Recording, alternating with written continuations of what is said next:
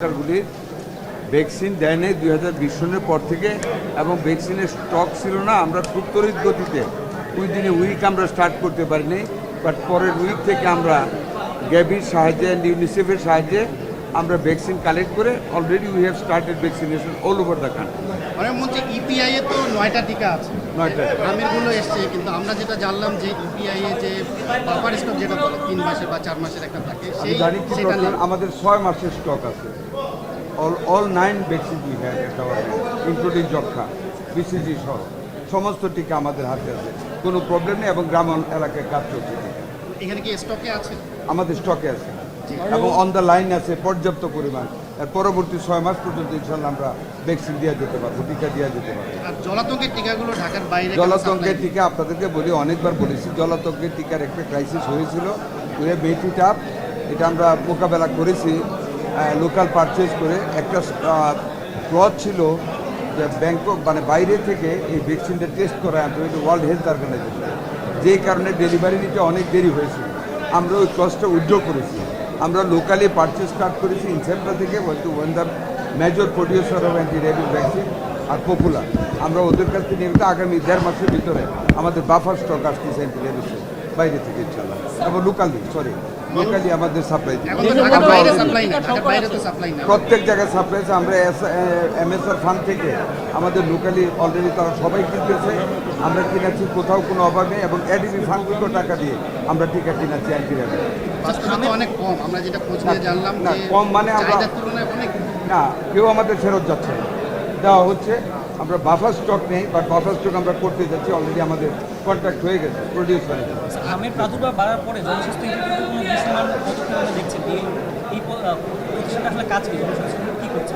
কি দেখতেছেন? আমের প্রাদুর্ভাব বাড়ার পরে জনস্বাস্থ্য ইনস্টিটিউটের কোনো দৃশ্যমান পদক্ষেপ আমরা দেখছি। আমি সরি, আপনি যদি কোনো জনহিতকর কাজের পদক্ষেপ না দেখে থাকেন, আমি কীভাবে দেখাবো? আমরা সারা 4 তারিখ থেকে অলরেডি 18টা জেলার 30টি উপজেলায় জনস্বাস্থ্য ইনস্টিটিউট কী করছে?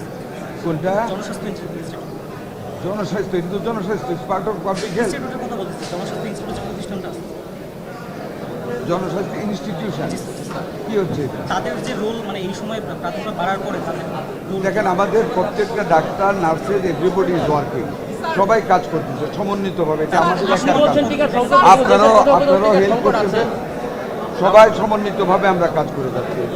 এবং আপনি বলছেন যে টিকার সংকট নেই, না, টিকার কোনো সংকট নেই, সংকট আছে, এবং টিকার কোনো টিকা নেই। কোন টিকা? বিসিজি, এরপর না, এটা আপনি বললে তো হবে না। I have my stock EPI থেকে আমরা তথ্য নিই। নো, এটা ঠিক না। আমাদের কাছে টিকার সংকট আছে, একটা টিকার সংকট নেই। আমাদের টিকা, আমাদের স্টক রয়ে গেছে আমাদের হাতে, আগামী 6 মাস পর্যন্ত আমরা টিকা দিয়ে যেতে পারবো। তারপরেও স্টকের জন্য আমরা অলরেডি আমরা ম্যানেজ করছি। কংক্রিট তথ্য আছে যে আমার কাছে কনক্রিট তথ্য থেকে আমি বলতেছি আপনাকে, আমাদের টিকা আছে। আমি ইন্ডিপেন্ডেন্টে কাজ করি। আমি একটা প্রশ্ন করছি যে আপনি এখন যে বিল্ডিংয়ে দাঁড়িয়ে আছেন, সুপার স্পেশালাইজড হাসপাতাল, এখানে একটা ঘটনা ঘটেছে, 6 ট্রাক চিকিৎসা সরঞ্জাম লুটের ঘটনা ঘটেছে। এইটা আসলে এইরকম একটা জায়গা থেকে 6 ট্রাক চিকিৎসা সামগ্রী কিভাবে নিল, কারা নিল, এটার সঙ্গে কারা যুক্ত, এইটা বিষয়ে একটু কী বলবেন? চিকিৎসা সরঞ্জাম না, এখনও সমস্ত মালগুলি চেক করা যায় নাই, তবে আপনাদেরকে নিশ্চয়তার সাথে বলতে পারি এগুলি লোহা জাতীয় জিনিস, কনস্ট্রাকশন মেটেরিয়ালসের পার্ট যেগুলি নেওয়া হয়েছে। আমরা ভিডিওতে যা দেখেছি, অলরেডি একটা জিডি করা হয়েছে, পুলিশ ইনভেস্টিগেট করবে। সে যেই হোক না কেন, যারাই এর সাথে জড়িত, যত বড় অফিসারই হোক, আমরা প্রত্যেককে অ্যারেস্ট করবো। যদি চাকরিজীবী হয়ে থাকে, চাকরি থেকে বরখাস্ত করা হবে, কোনো স্পেয়ার করা হবে না কাউকে।